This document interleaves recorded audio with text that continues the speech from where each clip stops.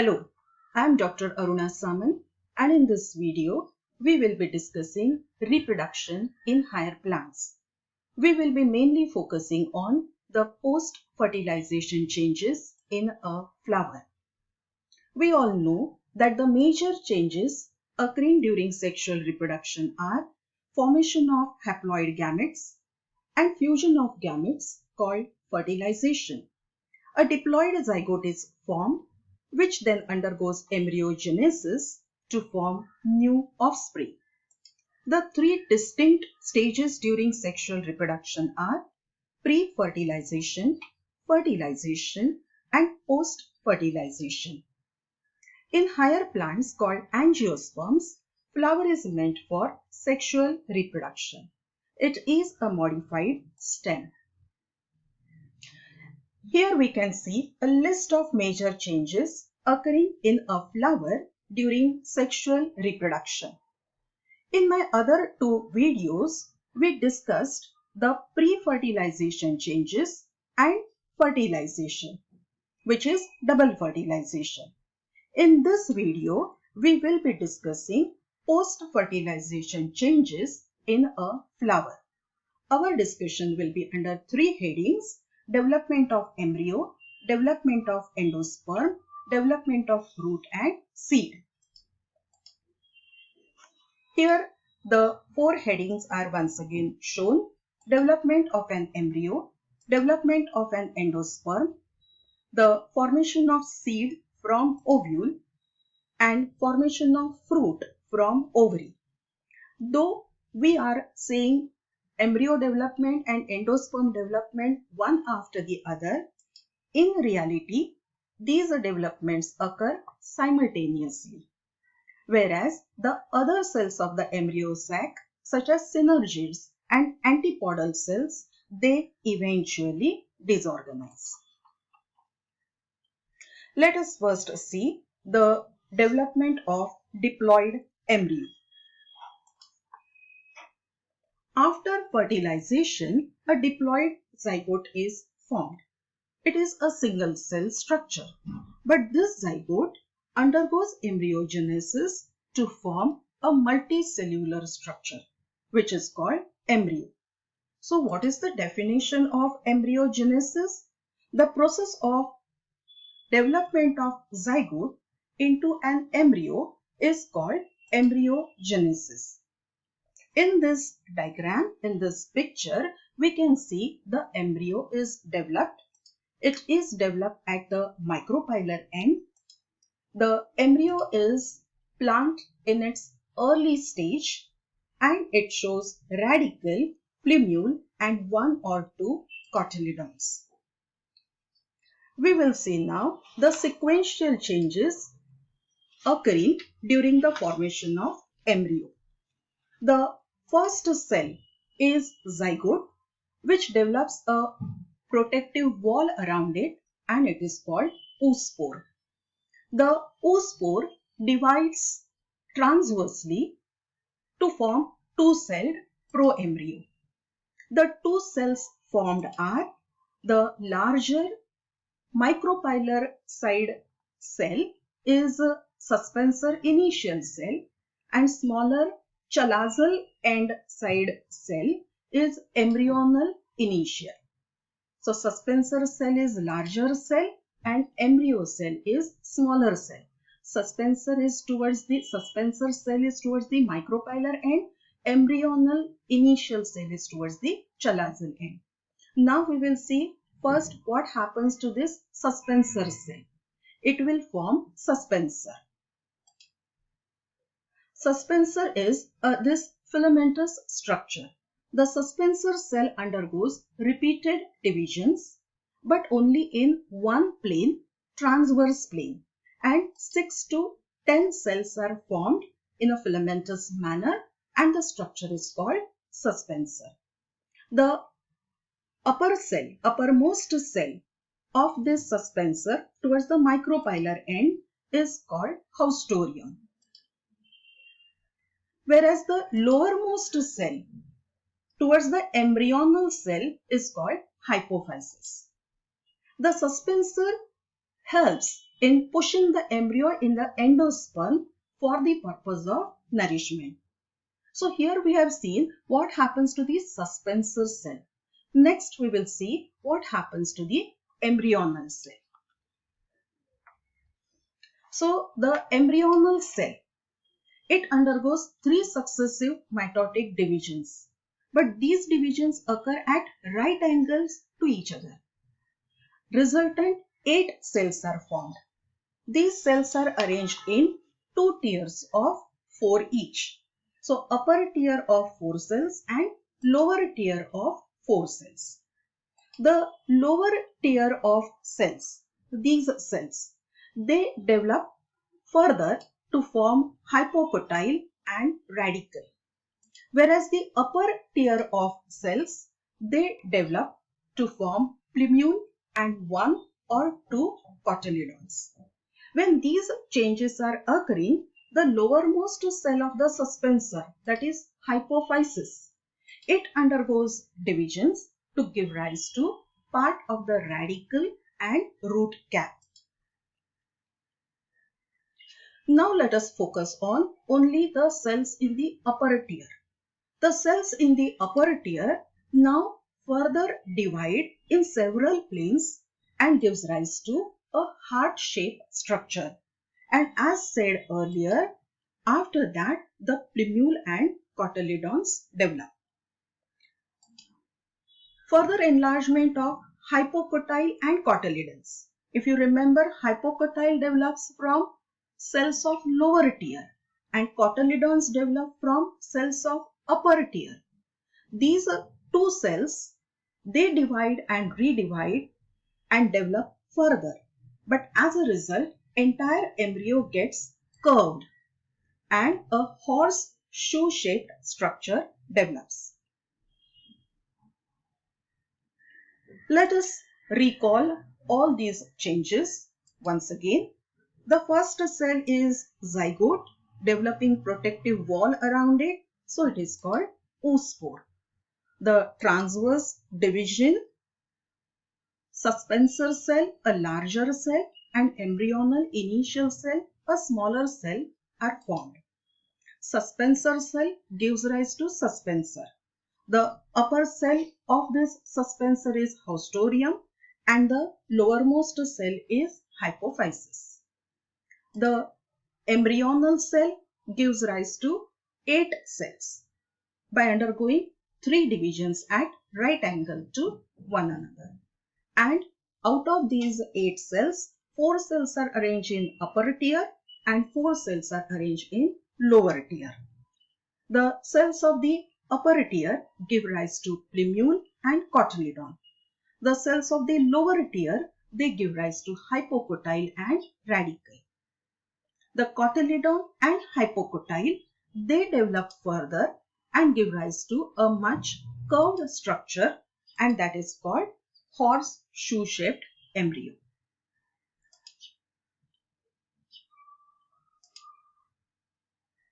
Once again, we will recall the zygote develops into oospore. It divides to form suspensor cell and embryonal cell. Suspensor cell gives rise to suspensor. It is filamentous structure having 6 to 10 cells. The uppermost cell is haustorium. Lowermost cell is hypophysis. The hypophysis later gives rise to part of the radicle and root cap. The embryonal cell gives rise to an octant. This octant has 4 cells in upper tier, 4 cells in the lower tier.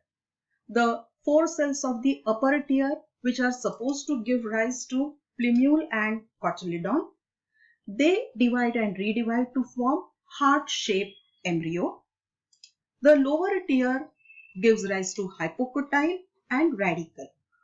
The cotyledon from upper tier, hypocotyle from lower tier, they further develop to form a curved embryo, which is horseshoe-shaped embryo. So far, we discussed the development of dicot embryo. What about monocot embryo? The development of monocot embryo is much similar to dicot embryo, especially up to the octant stage. After that, the difference appears. This is the monocot embryo. In this embryo, we can see a single cotyledon occupying terminal position. It is shield shape and is called scutellum. The plumule is lateral in position. The protective sheath of plumule is coleoptile and the protective sheath of radicle is coleorhiza. So here we have finished the embryo development. Now we will discuss the development of endosperm. The endosperm is a nutritive tissue in a seed. It develops after fertilization along with embryo. The triploid endosperm nucleus. It repeatedly undergoes division to form endosperm. The triploid endosperm nucleus PEN is thus the first cell of endosperm. There are three types of endosperm based on how it develops. These are nuclear type, cellular type and halobial type. Let us first see the nuclear type endosperm. It is the most common type of endosperm.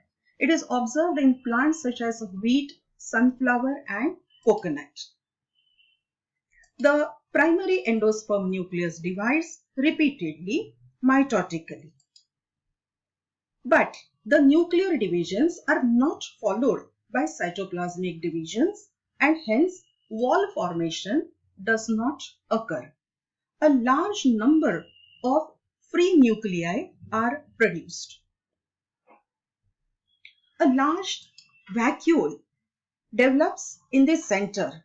This vacuole goes on enlarging, and as it enlarges, the nuclei get pushed towards the periphery. And later, cytoplasmic divisions occur. Wall formation takes place in between the nuclei and a multicellular endosperm is formed. Cellular type of endosperm. It is observed in nearly 72 dicot families and in plants such as balsam, petunia, adoxa, etc. The primary endosperm nucleus divides mitotically, and every nuclear division will be immediately followed by cytoplasmic division. So, right from the beginning, we find a multicellular structure developing, that is endosperm, cellular type of endosperm. The third type, halobial type of endosperm. It is intermediate between cellular and nuclear type in its developmental changes. It is observed especially in the order Halobians belonging to monocotyledonous division, and the plant example we have to consider here is Asphodilus. The primary endosperm nucleus divides mitotically to form two nuclei. This division is immediately followed by cytoplasmic division and a wall is formed in the transverse plane. But the cells formed are unequal. The smaller chalazal cell and larger micropylar cell are formed. In each cell, the nuclear division takes place, which is free nuclear division. That means the nuclear division is not followed by cytoplasmic division now. As a result, in each cell, micropylar cell as well as chalazal cell, large number of free nuclei are observed. At later stage, in the micropylar chamber, the cytoplasmic divisions occur, wall formation takes place, and multicellular endosperm develops. This is Asphodilus plant in which halobial type of endosperm is observed. It belongs to order Halobians. It's a monocotyledonous plant. Let us now discuss development of seed. We will be discussing seed under three headings. Structure of a typical seed, then two types of seeds, endospermic and non-endospermic. Development of a typical seed. Let us first go to the structure of a typical seed. A typical seed contains embryo and endosperm.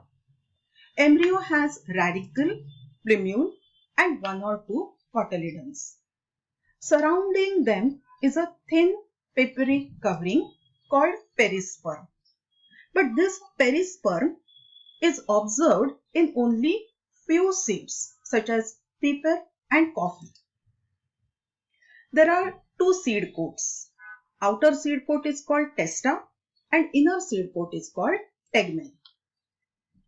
There is an opening for the entry of oxygen and radicle to come out during germination.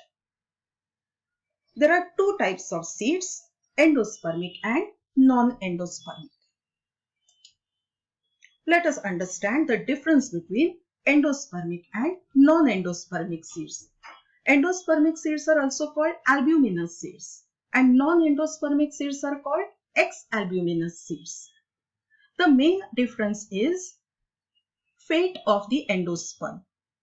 We have to see whether endosperm remains functional throughout the life of the seed or the endosperm finishes its function of supplying nourishment to the embryo once for all and then it becomes non-functional. These are the two types of seeds. We will understand their structure. The food reserve in the endosperm are gradually used by embryo in the endospermic seed. That means endosperm remains functional throughout the life of the seed, supplying food to the embryo in small portions. Gradually the food is used, that is important here. Whereas in the non-endospermic seed, the food reserve in the endosperm is at once completely taken up by the embryo and it is stored in its cotyledons. So it is completely taken up at once. In the endospermic seed, since endosperm is functional, it is very large and conspicuous. Here we can see the endosperm region. Whereas in the non-endospermic seed, since all the food is given to the embryo and it is stored in the cotyledon, the endosperm becomes thin and inconspicuous. The cotyledon in the endospermic seed is thin. Whereas here in the non-endospermic seed, cotyledon has stored food and therefore it has become thick and fleshy. Now the development of the seed. Let us see how this succulent, fleshy, soft ovule changes into very hard and protective seed. How the different parts of the ovule develop into different parts of the seed respectively. The zygote. After fertilization, the zygote becomes embryo. The primary endosperm nucleus. After fertilization, it becomes endosperm. The nucellus. After fertilization, the nucellus becomes perisperm, but it is observed in very few seeds, as we mentioned earlier. The integuments, which is outer and inner integument. After fertilization, these integuments change into seed coats. The outer seed coat becomes testa and inner seed coat becomes tegmen. The micropyle of the ovule, it also remains in the seed as aperture in the seed. Now we will see the development of fruit. Fruit is a matured fertilized ovary. The ovary undergoes changes due to hormones produced by developing seeds. Here we can see wall of the ovary has become wall of the fruit. It is called pericarp. This is a fleshy fruit. So pericarp is well differentiated into exocarp or epicarp, which is usually outer covering, leathery. The middle fleshy, edible, juicy, sometimes fibrous, mesocarp, and inner stony endocarp. These are the three layers of pericarp observed in fleshy fruit.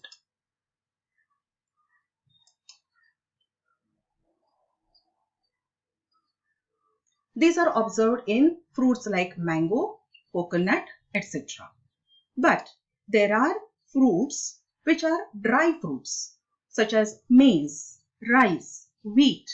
In them, the pericarp is very thin and not differentiated into the layers such as ectocarp, mesocarp, and endocarp.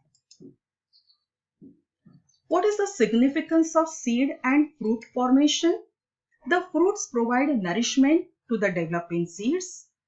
The fruits protect the seeds in immature condition. The seeds serve as important propagating organs of plants.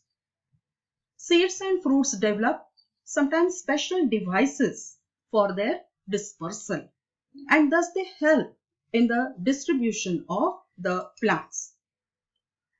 Once again, we can see here the list of major changes occurring in flower during sexual reproduction.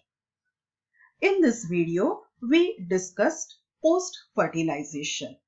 We completed the development of embryo formation, development of endosperm, and development of fruit and seed. In my separate videos, I will be discussing pollination and reproduction in lower plants. This is the end of post-fertilization changes in a flower. Thank you.